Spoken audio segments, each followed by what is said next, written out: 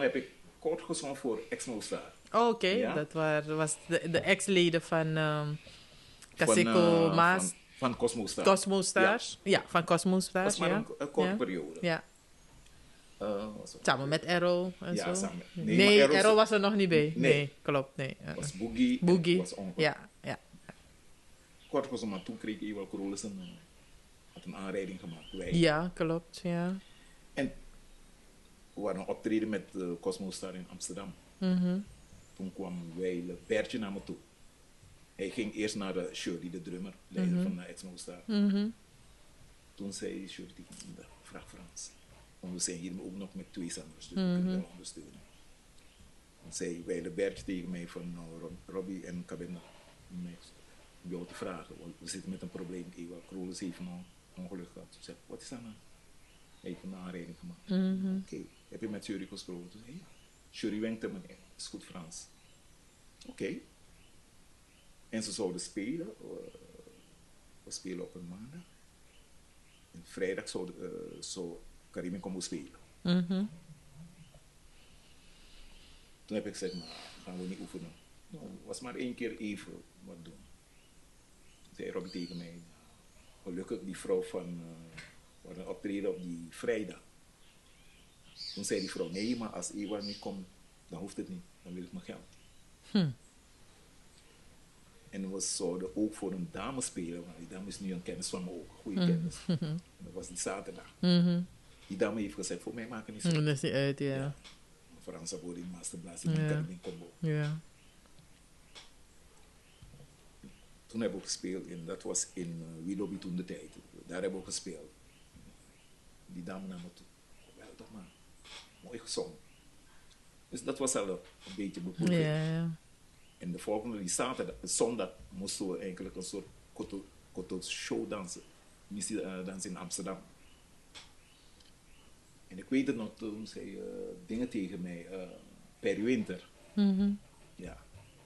Toen zei Perry Winter tegen mij, Frans, weet je wat je moet doen? Zing precies zoals je zingt, je hoeft Ewald Krolis niet na te doen.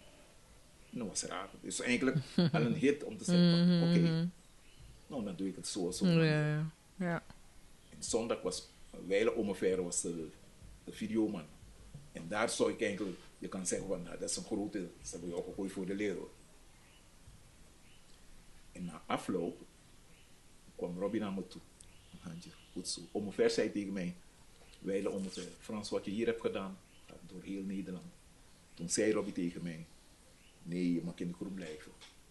Als Ewald komt, dan zijn jullie met twee zangers. Ja. En zo ben ik terechtgekomen in In Caribbean Combo. Caribbean Combo. Maar dat was de jaren 90, toch? Dat was, ja. Ja, dat is jaren 90. Want ik dacht in 95 of 96 kreeg hij... Nou, eigenlijk, je kan zeggen in 80 eigenlijk. 80? In 80. Wanneer kreeg hij dat ongeluk? Was 86 kreeg hij een ongeluk, dacht ik.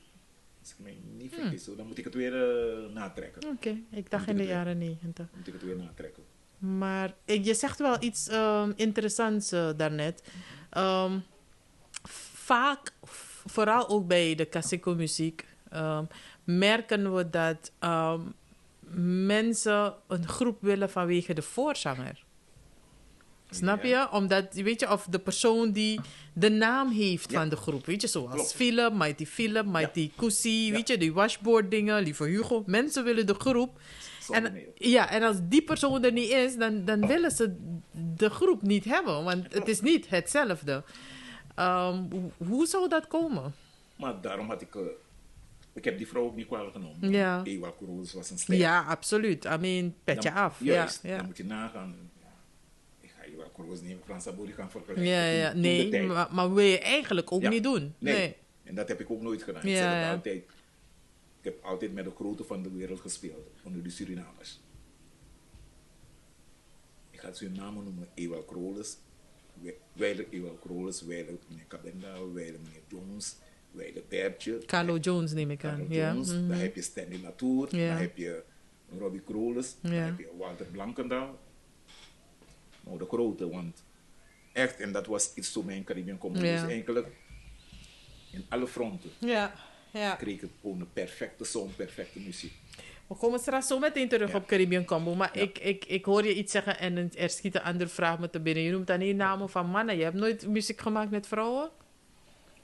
In de Caseco? Nee. Nee? Nee, niet echt. Nee? Oké. Heb je Fransje Gomez nooit gezien? Want ze was ook in Nederland een poosje. Heb je er nooit gezien? Nee. Ook niet? Ik had eigenlijk, eerlijk gezegd, ik Nee. had eigenlijk geen tijd. Ja, oké.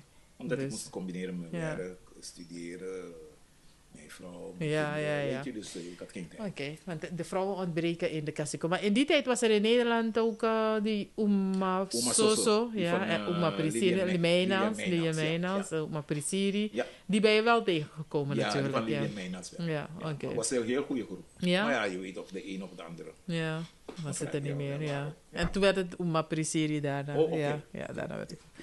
Oké, in Caribbean Combo, welke nummers heb je gezongen? Of zong je de nummers van die Ewald-song? Juist, van Ewald, want Ja, Ewald oké. moest nog revalideren. Die van, ja. Dus dan moest ik al die nummers van Ewald. Oh, oké. Die zo Mikanto koppelen. Ja, en die... Mikanto, al die ja, nummers. ja. En Die dat zong paste je. precies in het profiel van Ewald ook. Oh, Van oké. Caribbean Combo. En daarom Oké. zei die Robbie ook tegen me, nee, blijf maar in de groep. Ja. En na Ewald revalidatie, Mhm. nou, dan moest ik ook komen met mijn eigen nummers. Toen zijn we de studio ingegaan. Met Lagadisa. Oh. Dat was gelijk ook een pop. Ja. Hoe gaat Lagadisa? Jij zingt mooier dan ik, daarom. Nee, ik bedoel, nee.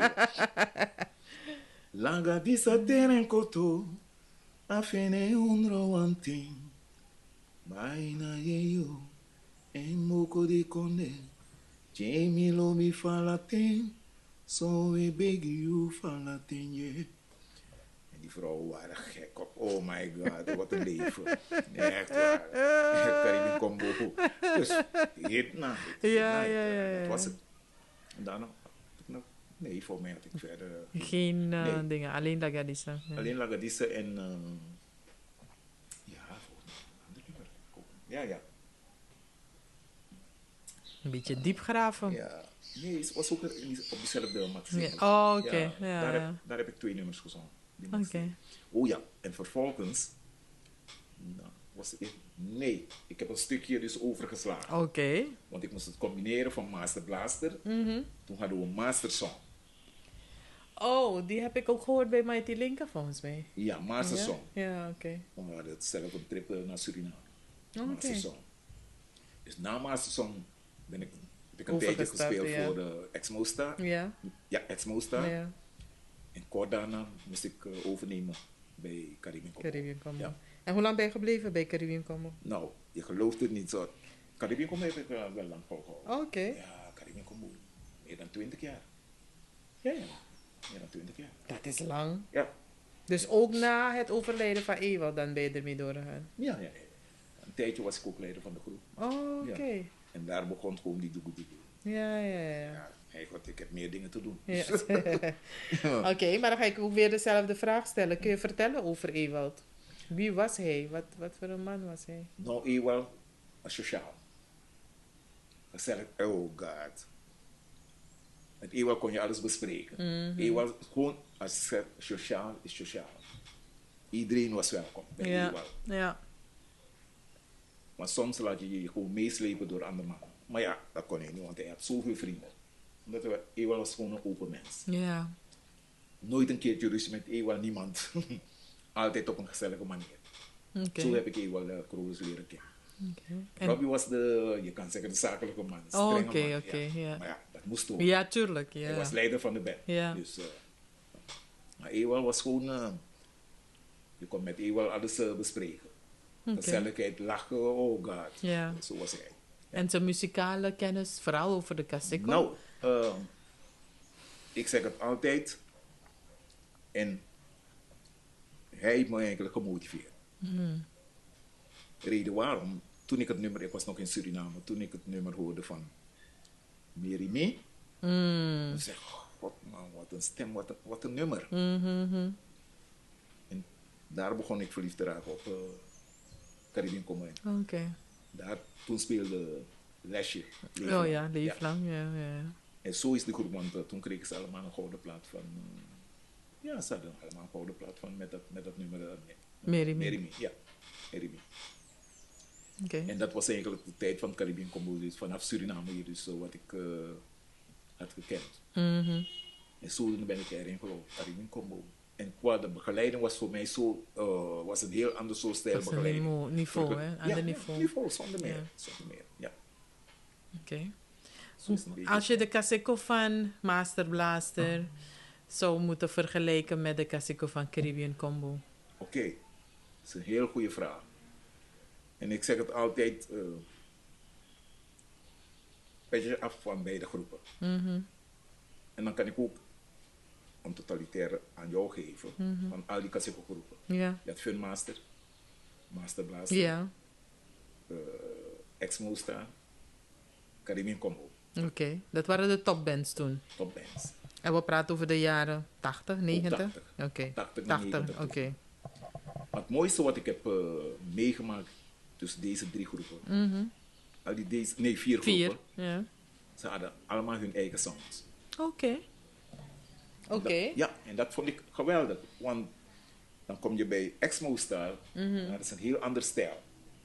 En hun hadden het beste koor van allemaal, van al die groepen. Ja, koor van Exmo Star was de beste. Maar op een heel andere manier Kaseko spelen ze. En dan kom je bij Funmaster, weer een heel ander stijl. Ja, dat was toen met Iwan al, hè? Met Iwan. Ja. Ja. Dan kom je bij Kaseko, Caribbean Combo, weer meer een soort, hoe zeg ik het altijd, Caribbean Combo, de moderne Kaseko. Een soort systeem van de Latin beat in de Kaseko. En Bertje was de man van de funkbas in de Kaseko en hij was de enigste. En dat was voor iedereen. Je kon je niet voorstellen dat de funkbas gooi je in een Kaseko muziek. Als je naar dat nummer Lagadisse luistert, dan vraag je je af, mijn god, hoe heeft deze man dit nummer zo gespeeld? Man, eigenlijk is een soort jazzachtig Ja. pas heeft die man toegepast in Lagadissa. En dat paste precies. Oké. En Master Blaster had ook een eigen song. En dat was voor mij ook. Zo. Al deze mannen zijn allemaal tovenaars. Ja. Dus eigenlijk creëerde iedereen rondom die Kaseko. En dat geeft dus aan dat het mogelijk is om je eigen stijl te creëren rond het genre Kaseko. Ja. Want ik bemoei me zoveel meer met de Kaseko. Maar weet je, je zit thuis. Dan ga je bepaalde dingen op papier zetten. Dan kom je achter van. Maar eigenlijk kan je de Kaseko nog verder moderniseren. Dat was Caribbean Combo, want ik praat over Caribbean Combo. Ja. Maar ja, je weet hoe het gaat. Want als je nu de Kaseko nummer eigenlijk kan omturnen in de vorm van jazzmuziek, met een geweldig koor achter, dan weet ik 100% zeker van wat daaruit komt. Maar dan moet je wel goede zangers hebben. En je backvocalist. Ja. Die moet er zijn. Ja. En je begeleider. Dan denk ik dat we ver kunnen komen met de Kaseko. Dus ik hoor je dit al eigenlijk vanaf het begin van ons gesprek zeggen. Ja. En eigenlijk hoor ik dat, ik zal niet zeggen voor het eerst, maar ik hoor voor het eerst wel iemand zoveel nadruk daarop leggen. Hoe belangrijk het score is in een Kaseko groep. Heel belangrijk. Zonder een goede koor heb je bijna geen band. Want dat is eigenlijk ook onderdeel van vraag en antwoord. Hè? Ja, dus dat, precies. Is vraag en antwoord. Ja. Maar als je vraagt en je krijgt geen goede antwoord, dat is alles eigenlijk naar de verdoemenis. Ja, die mensen gaan wel dansen. Je weet hoe het gaat onder de Surinamers. Je let niet meer op wat je hoort, dus als je maar danst. Ja. Maar om dit op een perfecte manier neer te zetten, dan heb je de combinatie nodig. Wat je net zei van vraag en antwoord. Ja. En dat ontbreekt wel tussen de muzikanten. Tussen de muziek, dat mag gezegd worden. Ja, ik kan me niet. Ik hoor dat eigenlijk bijna nooit, dat mensen zoveel nadruk leggen op koorzang in de Kaseko. Het is meestal de frontman, die natuurlijk een heleboel grani krijgt, omdat hij natuurlijk voorin staat van de groep. Maar eigenlijk is de frontman niks zonder de koorzang. Zonder de koorzang is de front niks. Ja. Want kijk, ik zeg het altijd van, iedereen is een zanger, iedereen is een zangeres. Ja. Maar als je dit twee kan verdelen, Ja. je zet de zanger hier en je zet de begeleiding hier. Ja, maar het is jarenlang trainen. Ja. En dat heb ik zelf gedaan. Ja. Want als iemand staat te zingen, dan luister ik niet meer naar de begeleiding. Ik sterf er gewoon uit. Oh, Ik luister alleen maar naar je stem. Naar je stem. Laatst we hadden ook naar mij een beetje gesprekken. En dat zie je altijd, want ja, dan kom je meer op de neurologische plan. Van de akoestische brein. Ja. Want je ziet van, gewoon een mooi voorbeeld. Ik heb je gezegd, want je vroeg me laatst van, ja, wat voor instrument bespeel je? Ja, kijk, thuis heb ik een keyboard. Want gisteren nog was ik nog bezig, want ik ben bezig weer, misschien dankzij jou kom ik weer een beetje weer in de klassieke wereld. Maar gisteren was ik ook bezig met een paar nummers op mijn keyboard. En die heb ik netjes neergezet. E mineur, D mineur, dan ga je gewoon een paar dingen zoeken. En tot mijn verbazing gewoon een mooi lied neergezet. Ja, oh. Maar ik heb weer een heel ander dus, idee daarvoor. Ik zeg het altijd, kijk die jongens die instrumenten bespelen. En je ziet het. En ik vind het zo jammer, want de ontwikkeling is zo groot in de muziekwereld. Ja.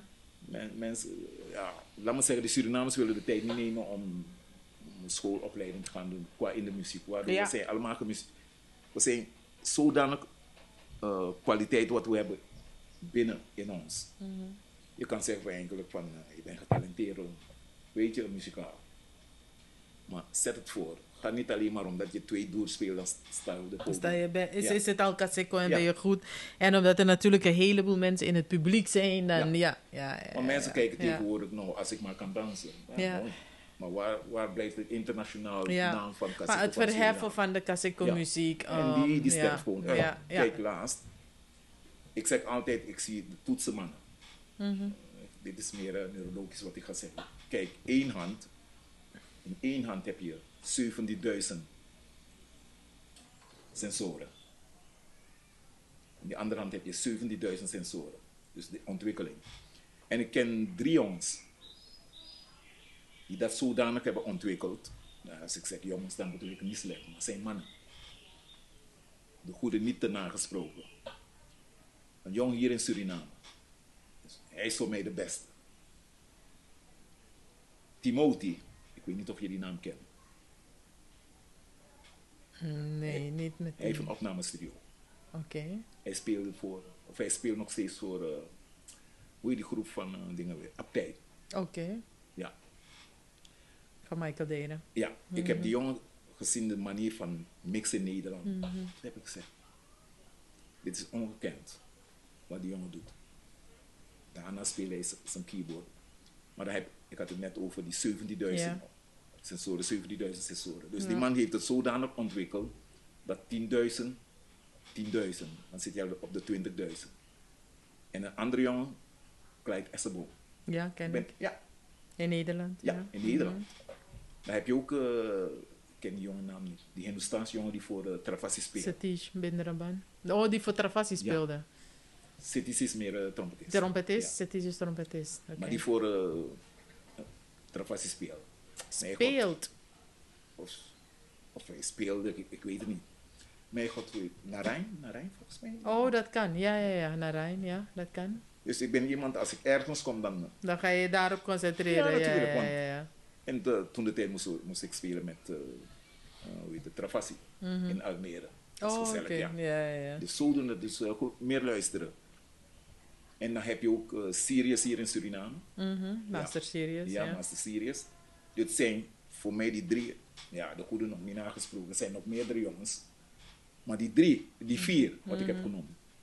En vooral Timothy en Sirius ken ik in Nederland. Dus je ziet van, die mannen hebben een sensorische, dus meer zodanig ontwikkeld, waardoor al slapen die mannen, ze spelen gewoon. Hetzelfde ook met Clyde Essebo. Dat zijn dingen wat ik heb overgenomen. Toen heb ik, en als je mij moet vergelijken met die mannen. Nou, ontwikkelen is maar 4.000 heb ik. Eén hand heb ik 4.000, andere hand heb ik 4.000. Dan kan je niet eens zetten naast die man met hun 10.000. Maar daarnaast heb ik ook bepaalde dingen geleerd tijdens een sportmasseur. Ja. Ik ben ook masseur en sportmasseur. Okay. En daarin, deze 2 handen heb ik ontwikkeld, want dat hoor je ook achteraf. Plus minus 34.000. Bij mij zit op plus minus 34.000. Maar dat heeft ook te maken met mijn werk als masseur en sportmasseur. En hoe ben ik achtergekomen? Via een oude mevrouw, een blinde mevrouw. Ik moest nachtdienst draaien. In de zorg. Maar toen kreeg ik de overdracht van mijn andere collega's. Je moet rekening houden met die vrouw, want die vrouw is blind. Ja. En die vrouw van slaan en dingen. Zeg, oh. Maar ja, daarnaast je hebt bepaalde dingen geleerd. Je weet hoe je die mensen moet benaderen. Ja. En die vrouw altijd de hele nacht schreeuwen, de hele nacht. Toen ging ik bij die mevrouw, wat is er aan de hand? Toen zei ze tegen mij, kom binnen. Toen zei ze, breng je handen. Oké. Laat me je handen voelen. Toen heeft die vrouw zo gemaakt. Toen zei die vrouw, voel goed aan. Kom je mij helpen? Ik zeg ja. En zo heb ik die vrouw geholpen. Maar dat heb ik ook meegenomen, omdat daarnaast, na mijn HBO-opleiding, heb ik ook zo'n beetje gespecialiseerd in de neurologie. En die ga je weer toepassen om te kijken, oké, dit leer ik ook mee. Dan kom ik er weer op het niveau van die 17.000 sensoren. Een stukje van het verhaal, want dat zou ik ook vertellen, maar die heb ik overgesprongen. Want kijk, ik zeg het altijd, een mens heeft verschillende cv's. Ja. Dan bedoel ik niet alleen maar cv, dat curriculum vitae, maar zo bedoel ik het niet. Ik kan ook zeggen van, iedereen heeft een bagage. Ik weet, ik heb 4 bagages, zeg ik altijd. En de meeste mensen hebben misschien 3, anderen hebben 4, misschien anderen hebben 5. Maar ik weet, ik heb 4, omdat ik heb het zelf onderzocht. Jouw gedrag is nummer 1 boven. En dan heb je je kennis. Mijn musicaliteit zit aan deze kant. En mijn kundigheid zit aan de rechterkant. Ja. Dus zodoende, eigenlijk, ik heb 3, is een driehoek. Ja, driehoek. Ja, je kan het ook vormen in de vorm van Pascal, zeggen ze. Maar Pascal was niet de eerste. Ze zeggen de Chinezen kwam met die driehoek. Ja. En de Indiërs, hun waren ook niet de eerste. De Afrikanen. Maar ja, wat de literatuur zegt, dan ga je daarin proppen. En dat zijn dingen wat ik heb meegemaakt tijdens mijn sportmasseeropleiding. Want de Afrikaanse dus roots wordt niet daarin begrepen. Ja. Alles, ze beginnen alleen bij de Chinezen en de India's. Dus Indiërs. Ja, Indiërs. Ja. En dan vraag je af, waar is eigenlijk de black culture? Ja, gewoon even doordenken. Dan kom je zelf erachter. Waardoor Afrika was het eerste werelddeel van de wereld. Maar dan hoe kan je tegen mij zeggen van, bij de Chinezen, waar is de black roots? Waar heb je het gelaten? Ja.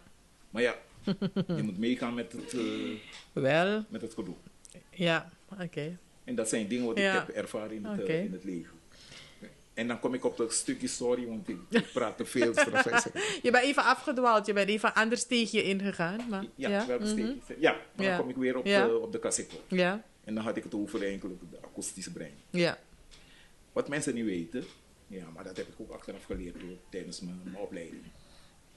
Je hebt mensen die geboren zijn met goede toonhoogte. Je hebt mensen die zijn geboren gewoon voor de embryo, omgang van hun moeder en hun vader, is er al uitgestorven. Maar dat kan je niet zien. En dan heb je iemand die zingt, die tonen hoort die persoon niet. Ja, ik ben een van ze. Ja. En daarom heb je sommige mensen die zingen. Ja. Ja, je kan niet zeggen vals. Maar omdat die persoon hoogte heeft, die persoon niet. Ja. Die persoon is niet daarmee geboren. Maar dat wist ik ook niet hoe achteraf. Dan ga je op de hogeschool ga je bepaalde dingen leren. Zodoende ben ik achtergekomen, oh werkelijk. Maar toch, je hebt bij mensen, kijk, ik neem een voorbeeld onder uw Surinamers. Ik ga geen namen noemen. Soms zingt iemand, maar toch wordt het een hit. Ja. En dan kan je jezelf afvragen, maar ja, hoe ver kunnen we met zulke mensen gaan? Je kan het doen alleen maar voor de live muziek, maar als het erop komt. Als je iets wil zetten om te zeggen van, nou, we willen de Surinaamse muziek gewoon een plaats geven op de wereldtop, dan moet je nog een hoop dingen eruit halen. Absoluut. Ja. En dat is de vraag wat ik nu altijd stel, maar hoe zal het lukken? Wie zal het nog doen? We komen er wel, denk ik hoor. We komen er wel. Dat is ook zo'n stukje dus kenniswetenschappelijke opleiding wat ik zelf heb gedaan. Zodoende heb ik ook bepaalde dingen geleerd van, kom nog meer kijken. Oké, hoor ik je zeggen dat Caribbean Combo de laatste Kaseko-groep is waarbij je hebt gezongen? Of is er daar nog meer? Nee, Caribbean Combo was de laatste. Oké.